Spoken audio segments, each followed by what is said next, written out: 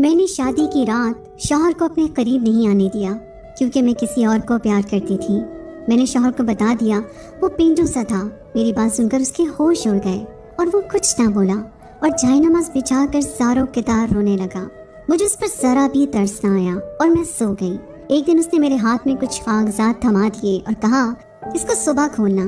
صبح جب اٹھی تو وہ کاغذات دیکھے تو میری جان نکل گئی، میری چیخیں نکل گئیں، کیونکہ اس میں اپنی شادی ہوتے ہی میں گاؤں میں 10 گھنٹے بس کا سفر کر کے پہنچی تھی۔ دلہن بنے رخصت ہوتے ہی مجھے بس کا سفر کرنا پڑا۔ پورا سفر میں نے خاموشی سے کیا تھا۔ گاؤں میں اپنے سسرالی گھر پہنچ کر مجھے میرے کمرے میں بٹھا دیا گیا۔ میں ایک پڑھی لکھی BA پاس لڑکی تھی اور میرے والدین نے میری مرضی کے خلاف میری شادی ایک گاؤں کے کسان سے کر دی۔ میں اپنی قسمت پر پھوٹ پھوٹ کر نہ روتی تو اور کیا کرتی۔ میرے دل میں کوئی امنگ نہیں تھی، بس افسوس تھا، تکلیف تھی، آنسو تھے، غم تھا۔ جب میرا شوہر غلام محمد میرے کمرے میں آیا تو میرے چہرے پر حد درجہ ناگواری سی چھا گئی تھی۔ میں نے اس پر ایک اچٹتی نظر ڈال کر ہٹا لی۔ سفید شلوار قمیض پہنے، اس پر بڑی بڑی مونچھیں، بالکل پینڈو سا لگ رہا تھا۔ مسکرانے سے اس کی بتیسی پوری نظر آ رہی تھی۔ میرے پاس آ کر بیٹھ گیا۔ کچھ دیر مجھے بڑی محبت سے دیکھنے لگا۔ مجھے اس کا یوں دیکھنا بھی برا سا لگ رہا تھا۔ وہ مجھے ایک آنکھ نہیں بھا رہا تھا۔ مجھ سے کہنے لگا میں بہت خوش نصیب ہوں جو مجھے تم جیسی پیاری اور پڑھی لکھی بیوی ملی ہے۔ میں نے اس کی بات سن کر ایک تیکھی نظر اس پر ڈالی اور کہا اور میں بہت بدقسمت ہوں جو مجھے ایک جاہل، گوار اور پینڈو شوہر ملا ہے۔ میری بات سن کر اس کے چہرے کی رنگت بدل گئی تھی۔ کچھ وہ تھا بھی ذرا سا سانولا، اس کے آگے کی 2 دانت بھی ذرا سے باہر کو دکھائی دیتے تھے۔ وہ شاید مجھ سے اس قسم کی کھری بات کی توقع نہیں رکھتا تھا۔ میرے اندر تو پہلے سے زہر سا بھرا ہوا تھا۔ میرے ماں باپ نے میرے لاکھ منع کرنے پر بھی میرے خالہ زاد سے میری شادی کر دی جو گاؤں میں کسان تھا۔ والدین کا کہنا تھا کہ لڑکا شریف اور نیک ہے، کماتا بھی اچھا ہے، تم خوش رہو گی۔ لیکن کیا خوشی کا دار و مدار اچھے، نیک اور کماؤ تک ہوتا ہے؟ کیا میرے دل کی خوشی کوئی اہمیت نہیں رکھتی تھی؟ میرے اندر منفی سوچوں کا یلغار سب بھرا پڑا تھا۔ ایسی جلن تھی میرے اندر کہ میرا لہجہ، میرے لفظ میرے اختیار میں نہیں تھے۔ میرا جی چاہ رہا تھا غلام محمد پر اپنے اندر کی ساری بھڑاس نکال دوں۔ میری بات سن کر وہ مجھے حیرت سے تکے جا رہا تھا، پھر کہنے لگا کیا بات ہے سارا، کیا خالہ نے تمہیں شادی کی چیزیں مرضی سے نہیں لینے دی؟ اسے لگا کہ جیسے بچپن میں میری والدہ مجھے میری پسند سے چیزیں لینے کے بجائے مجھ پر اپنی پسند مسلط کرتی تھی اور میں بعد میں اپنا غبار سب کے ساتھ نکالتی تھی۔ اب بھی ایسا ہی کچھ ہوا ہے۔ میں نے سخت تیور اپنا لیے۔ اگر چیزوں کی ہوتی تو میں برداشت کر لیتی۔ پہلے جا کر آئینے میں اپنی شکل دیکھو۔ کیا تم اس قابل ہو کہ میں تمہارے ساتھ زندگی گزار سکوں؟ نہ تمہارے پاس اچھی شکل و صورت ہے، نہ ہی اعلیٰ تعلیم۔ میرے گھر والوں نے میری زندگی برباد کر دی ہے۔ اب بات میرے ضبط سے باہر کی تھی۔ میں رونے لگی۔ وہ چپ سا ہو گیا، اس کا چہرہ بجھ سا گیا تھا۔ میں نے روتے ہوئے کہا کہ میں کسی اور سے محبت کرتی ہوں، میں تمہارے ساتھ نہیں رہ سکتی۔ میری یہ بات سن کر وہ تعجب سے میرے پاس سے اٹھ کر کھڑا ہو گیا۔ کہنے لگا سارا یہ کیا کہہ رہی ہو؟ ہوش میں تو ہو؟ میں نے کہا اس میں حیران ہونے والی کیا بات ہے؟ جس سے میں محبت کرتی ہوں وہ تم سے 1000 درجے اچھا ہے، خوبصورت ہے، پڑھا لکھا ہے۔ یہ سن کر وہ نم آنکھیں لیے واش روم میں چلا گیا۔ اور یہ سچ تھا، میں ایک لڑکے کی محبت میں مبتلا تھی جس سے میری دوستی کالج آتے جاتے بس اسٹاپ پر ہوئی تھی۔ وہ یونیورسٹی میں پڑھتا تھا۔ وہیں سے پہلے ہماری نظروں کا تبادلہ ہوا، اس کے بعد فون نمبر دیا۔ باقی کی محبت فون پر پروان چڑھی تھی۔ میں اب بھی اپنی قسمت کو رو رہی تھی۔ جب غلام محمد واش روم سے باہر آیا، آنکھیں متورم سی تھیں، چہرہ پانی سے گیلا تھا، شاید رو کر باہر آیا تھا۔ اس نے مجھ سے نظریں ہٹا لی اور سامنے رکھے جائے نماز کو بچھا کر نماز پڑھنے لگا۔ نوافل کے بعد پھوٹ پھوٹ کر رونے لگا۔ میں اپنے کپڑے تبدیل کرنے واش روم چلی گئی۔ جب میں سادہ لباس میں باہر آئی تو وہ زمین پر چادر بچھائے تکیہ رکھے لیٹ چکا تھا۔ میں نے بھی شکر کیا تھا۔ میں بیڈ پر لیٹ کر سو گئی۔ بہت سے دن گزر گئے، نہ میں نے غلام علی سے کوئی بات کی تھی، نہ ہی اس نے مجھ سے۔ وہ صبح ہوتے ہی کھیتوں میں چلا جاتا، شام کو تھک ہار کر پہنچتا۔ اس کے مٹی اور کھاد سے گندے کپڑے اور چہرے پر بہتے پسینے کو دیکھ کر میرا جی اُبنے لگتا۔ میں اسے بڑی حقارت سے دیکھ کر منہ پھیر لیتی۔ میرے چہرے کی ناگواری بھانپ کر وہ کمرے میں چلا جاتا، نہا دھو کر واپس آتا۔ میری مجبوری تھی کہ سب کے سامنے مجھے اس کے ساتھ کھانا کھانا پڑتا تھا۔ ہمارے سسرال میں یہ رواج تھا کہ میاں بیوی ایک پلیٹ میں کھانا کھائیں۔ غلام محمد کے ساتھ ایک پلیٹ میں کھانا کھانا بھی مجھے ایک بڑی آزمائش لگتا تھا۔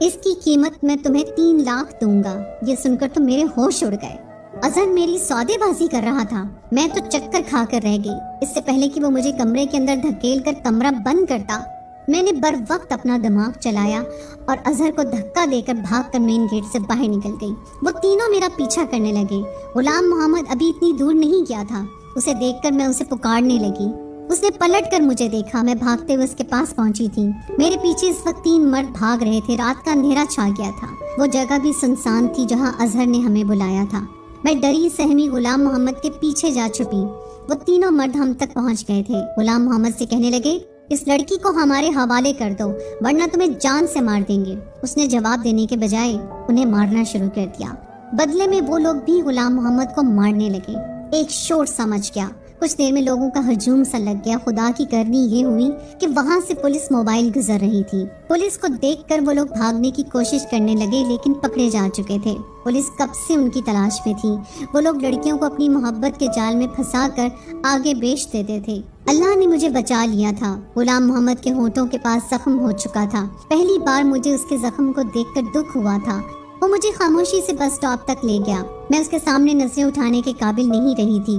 وہ ان پڑھ ہو کر بھی باز ظرف نکلا تھا۔ مجھے اپنا آپ اس کے سامنے چھوٹا سا لگنے لگا۔ وہ مجھ سے پوچھنے لگا کہ زارا کہاں جانا چاہتی ہو؟ اپنے والدین کے پاس؟ میں نے کہا مجھے آپ کے ساتھ جانا ہے۔ میری بات سن کر اس نے مجھے بڑی حیرت سے دیکھا تھا۔ میں اس کے ظرف کے سامنے ریزہ ریزہ سی ہو کر رہ گئی تھی۔ میرے ماں باپ نے میرے لیے ہیرا چنا تھا، بس میں ہی اپنی کم عقلی سے کانچ کی چمک دیکھ کر اپنے ہاتھ زخمی کرنے چلی تھی، لیکن بر وقت بچ گئی۔ غلام محمد نے مجھ سے دوسرا کوئی سوال نہیں پوچھا اور مجھے گاؤں لے گیا۔ میں نے غلام محمد کا زخم دیکھ کر فکر مندی سے پوچھا کہ غلام محمد تمہیں ہوا کیا ہے؟ وہ کہنے لگا بس سے اترتے ہوئے گر گیا تھا، اس لیے چوٹ لگ گئی۔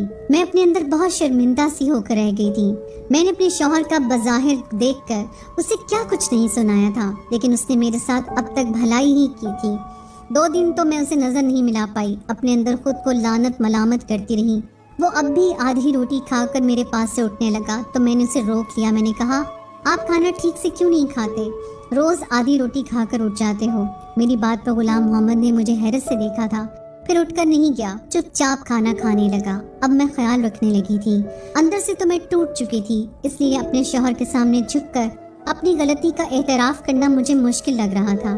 میں چاہتی تھی کہ وہ مجھے خود سے معاف کر دے، لیکن وہ چپ تھا۔ رات کو دیر کمرے میں آتا اور زمین پر چادر بچھا کر لیٹ جاتا۔ ایک دن میں نے اپنی ساری ہمت مجتمع کر کے اس کے سامنے بیٹھ گئی۔ میں نے کہا غلام محمد مجھے معاف کر دیں، میں نے آپ کو سمجھنے میں غلطی کر دی۔ ہیرا چھوڑ کر میں کانچ کا سودا کرنے چلی تھی۔ میں روتے ہوئے اپنی غلطی کا اعتراف کر رہی تھی، لیکن وہ اب بھی خاموش تھا، کچھ نہیں بولا، نہ ہی مجھے چپ کروایا۔ اپنا تکیہ اٹھا کر زمین پر سونے لگا۔ میں نے کہا آپ کی جگہ یہاں نہیں ہے، آپ اوپر سو جائیں۔ میں جانتی ہوں کہ میری غلطی چھوٹی نہیں ہے، بہت بڑی ہے۔ میں نے آپ کا بہت دل دکھایا ہے، لیکن آپ نے ابھی تک اپنا اعلیٰ ظرف ہی مجھے دکھایا ہے۔ ہو سکے تو مجھے معاف کر دینا۔ مجھے لگا اب وہ ضرور میری کوتاہی کو معاف کر کے مجھے سینے سے لگا لے گا، لیکن وہ نہ جانے کیوں مجھے ٹکٹکی باندھے دیکھ رہا تھا۔ اس کی چپ مجھ سے صحیح نہیں جا رہی تھی۔ میں نے کہا غلام محمد کچھ تو کہیں، آپ چپ کیوں ہیں؟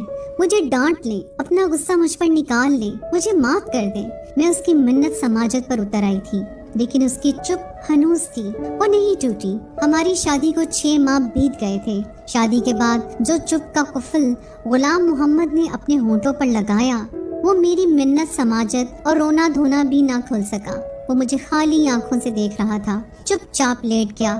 صبح چند کاغذات میرے ہاتھ میں تھما دیے، مجھ پر تو گویا آسمان گر پڑا تھا۔ میں تڑپ تڑپ کر رونے لگی، کہنے لگی غلام محمد مجھے طلاق مت دو۔ میں اس کے سامنے رونے بلکنے لگی، کہنے لگا تم پڑھی لکھی ہو، اسے پڑھ کر سائن کر دینا۔ یہ کہہ کر کمرے سے باہر نکل گیا۔ مجھے نہیں معلوم تھا کہ مرد کے دل سے اتر جانے کے بعد عورت اپنی غلطی پر جتنی چاہے معافی مانگ لے، اسے وہ عزت پھر سے نہیں ملتی، یا شاید مرد سب کچھ سہ لیتا ہے، بس دوسرا مرد برداشت نہیں کر سکتا۔ میں وہ کاغذات کو ہاتھ میں لے کر پھوٹ پھوٹ کر روتی رہی۔ میری اتنی ہمت نہ ہوئی وہ کاغذ پڑھوں۔ میں نے سوچ لیا تھا کہ رات کو غلام محمد کے پاؤں پڑھ کر معافی مانگ لوں گی، لیکن طلاق نہیں لوں گی۔ رات کو جب وہ کمرے میں آیا تو میں اس کے پاؤں میں بیٹھ گئی، گڑ گڑا کر اس سے معافی مانگنے لگی۔ اس نے مجھے دونوں بازوؤں سے پکڑ کر کھڑا کیا، کہنے لگا تم کاغذ پڑھ لیتی تو یوں نہ روتی، وہ طلاق نامہ نہیں ہے۔ پھر دراز سے نکال کر مجھے کاغذ پکڑا دیے۔ میں نے آنسو پہنچ کر جب کاغذ دیکھے تو وہ زمین کے کاغذات تھے جہاں وہ ہل چلاتا تھا۔ اپنے حصے کی ساری زمین وہ میرے نام کر رہا تھا۔ میں نے حیرت بھری نظروں سے دیکھا کہ وہ اپنا سب کچھ مجھے کیوں سونپ رہا ہے۔ میں نے کہا غلام محمد یہ سب میرے نام کیوں کر رہے ہیں؟ کہنے لگا اس لیے کہ تم میری بیوی ہو، میں کل شہر جا رہا ہوں، کچھ دن کے بعد لوٹوں گا۔ غلام محمد نے میرے لاکھ منع کرنے پر مجھے سائن کروا لیے۔ اگلے روز وہ شہر چلا گیا۔ 4 دن میں نے بڑی بے صبری سے اس کا انتظار کیا تھا۔ وہ واپس تو آیا لیکن گھر میں کوحرام سمجھ گیا تھا۔ شہر سے غلام محمد کی میت گاؤں آئی تھی۔ میری تو دنیا ہی اجڑ گئی تھی۔ اس کا ایک شہری دوست اس کی میت لے کر آیا تھا۔ اسی نے بتایا کہ پچھلے 2 ماہ پہلے ہی غلام محمد کو معلوم ہوا کہ اسے کینسر ہے، وہ زیادہ دن نہیں بچ سکے گا۔ نہ جانے پچھلے 6 ماہ سے کون سا عمل اسے کھائے جا رہا تھا جس کا نتیجہ اس کی جان ہی لے گیا۔ مجھ پر تو غشی کے دورے پڑنے لگے تھے۔ 2 دن بعد میں نے کچھ ہوش سنبھالا تو ایک خط مجھے میری ساس نے دیا۔ کہنے لگی زارا یہ غلام محمد کے دوست نے دیا ہے، کہہ رہا تھا غلام محمد نے تمہارے نام بھیجا ہے۔ یہ سن کر مجھے حیرت کا جھٹکا لگا تھا۔ میں نے اپنی ساس سے کہا کہ خالہ غلام محمد تو ان پڑھ تھا، پھر خط کیسے لکھا؟ اس نے کہا، اس پر خالہ نے مجھے تعجب سے دیکھا اور کہا تمہیں کس نے کہا کہ غلام محمد ان پڑھ تھا؟ اس نے 10 جماعتیں گاؤں کے اسکول سے پاس کی تھیں اور 14 جماعتیں پرائیویٹ پڑھی تھیں، ساتھ ہی ساتھ اپنے باپ کا بازو بھی بنا رہا۔ میں تو سن کر دنگ رہ گئی تھی۔ میں شادی سے پہلے کبھی گاؤں نہیں آئی تھی، مجھے لگا خالہ کے سب بچے ان پڑھ ہی ہوں گے۔ خالہ کہنے لگی تمہیں غلام محمد بچپن سے چاہتا تھا، کہتا تھا اماں زارا تعلیم حاصل کر رہی ہے اس لیے مجھے بھی آگے پڑھنا ہے، کل کو جب وہ میری بیوی بنے تو اسے لوگوں کے سامنے یہ شرمندگی نہ اٹھانی پڑے کہ اس کا شوہر ان پڑھ ہے، جاہل ہے اور گوار ہے۔ مجھ پر یہ انکشافات کسی ہتھوڑے کی طرح سے لگ رہے تھے۔ آج تک مجھے غلام محمد نے یہ نہیں بتایا تھا کہ وہ بھی پڑھا لکھا ہے۔ میں نے وہ خط لیا اور کھول کر پڑھنے لگی۔ زارا میں نے آج تک تمہیں نہیں بتایا کہ میں تعلیم یافتہ ہوں، کیونکہ تعلیم حاصل کرنا ہر شہری کا حق ہے اور ضروری بھی۔ پھر ان باتوں کو سب کے سامنے جتایا جائے کوئی ضروری تو نہیں ہوتا۔ میں نے جب سے ہوش سنبھالی اپنی ماں کو یہی کہتے سنا کہ وہ تمہیں اپنی بہو بنانا چاہتی ہیں، اس لیے میرے دل میں تمہاری محبت کی کونپل بچپن سے ہی پھوٹنے لگی تھی۔ جیسے جیسے میری عمر بڑھتی رہی میری محبت بھی پروان چڑھتی رہی۔ کب میری محبت ایک تناور درخت کی طرح میرے وجود میں اپنی جڑیں پکڑ چکی تھی، مجھے اندازہ ہی نہیں ہوا۔ مجھے جب بھی اماں یہ کہتی زارا پڑھ رہی ہے تو مجھے بھی پڑھائی کا شوق ہونے لگا۔ جب وہ یہ کہتی زارا کو کھانے میں یہ پسند ہے، مجھے وہی چیز کھانے میں اچھی لگنے لگی۔ میں شاید غلطی سے تم سے عشق کر بیٹھا تھا زارا، اس لیے شادی کی رات تمہارے منہ سے سب باتیں سن کر مجھ سے برداشت ہی نہیں ہوا۔ میں نے آج تک کبھی آنسو نہیں بہائے تھے، رونا تو بہت دور کی بات ہے، ہر حالات کا ڈٹ کر مقابلہ کیا تھا، لیکن اس دن تو میں ٹوٹ کر ہی رہ گیا تھا۔ مرد سب کچھ سہ سکتا ہے، لیکن اگر لڑکی شادی کی پہلی رات یہ کہہ دے کہ وہ شوہر کے بجائے کسی اور سے محبت کرتی ہے تو شوہر کا مان اعتبار چکنا چور ہو جاتا ہے۔ میں بھی ٹوٹ چکا تھا، پھر میں نے تم سے محبت بھی بہت ٹوٹ کر کی تھی، اس لیے جب تم میرے سامنے اپنے عاشق سے باتیں کرتی، ایسی باتیں جن پر شوہر ہونے کے ناطے میرا حق تھا، تو میرا دل خون کے آنسو روتا تھا۔ کب یہ غم مجھے کینسر میں مبتلا کر گیا مجھے پتہ نہ چل سکا۔ میں نے اپنی ساری جمع پونجی تمہارے نام کر دی کہ کہیں میرے مرنے کے بعد تمہارے ساتھ کوئی حق تلفی نہ کر سکے۔ تم آزاد ہو زارا، پوری عزت کے ساتھ تمہیں کوئی بھی اپنا سکتا ہے۔ میری محبت شاید میرا مسئلہ تھی، اس لیے قبر تک میرے ساتھ جائے گی۔ خط پڑھتے ہوئے میں زاروں کے تار رو رہی تھی، یہ میری کیا کر دیا، کیوں کر دیا؟ میں نے سوچا سمجھا کیوں نہیں۔ میری بے اتنائی نے میرے شوہر کی جان لے لی۔ میں دھاڑے مار مار کر رونے لگی۔ میری ساس مجھے دیکھ کر گھبرا سی گئی، کہنے لگی زارا ایسا کیا لکھ دیا تھا اس نے؟ میں کیا جواب دیتی، کیا کہتی کہ میں نے کیا کھو دیا ہے؟ مجھے عقل تب آئی جب میں خالی اور تہہ دامن رہ گئی تھی۔ میں روتے ہوئے خود کلام تھی، کاش غلام محمد تمہاری جگہ میں مر جاتی۔ غلام محمد تم نے مجھ جیسی خود غرض سے کیوں محبت کر لی؟ کاش کہ تم زندہ رہتے، تمہارے بدلے میں مر جاتی۔ میرے آنسو نہیں رک رہے تھے، میں ہذیانی کی کیفیت سے گزر رہی تھی۔ ایک وفا غلام محمد مجھ سے نبھا کر